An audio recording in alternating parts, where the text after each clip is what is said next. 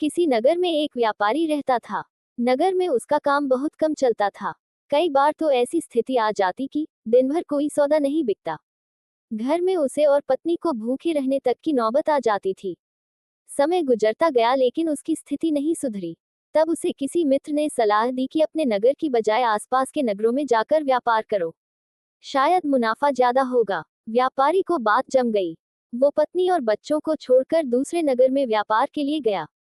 भाग्य से दोस्त की सलाह काम कर गई और उसे अच्छा खासा मुनाफा हुआ।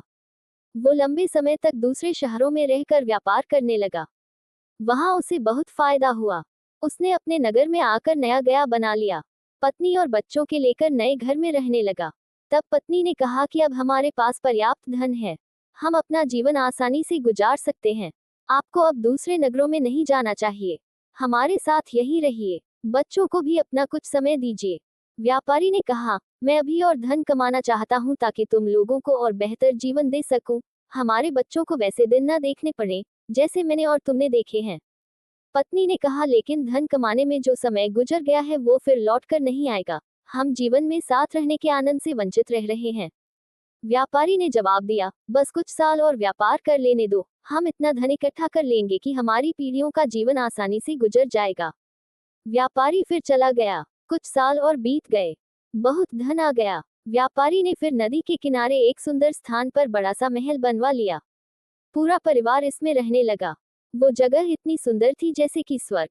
तब व्यापारी की बेटी ने उससे कहा कि पिताजी, हमारा पूरा बचपन बीत गया लेकिन हम आपके साथ रह ही नहीं पाए। अब तक हमारे पास इतना धन भी है कि 5-6 पीढ़ियों तक हमें कोई समस्या नहीं आ सकती। अब आप हमारे साथ रहें। व्यापारी ने कहा, हाँ बेटी, अब मैं भी थकने लगा हूँ और कुछ समय तुम लोगों के साथ बिताना चाहता हूँ। मैं कल सिर्फ 2 दिन के लिए पास के नगर में जा रहा हूँ, कुछ पुराना बकाया धन वसूलना है। उसके बाद मैं यहीं तुम लोगों के साथ रहूंगा।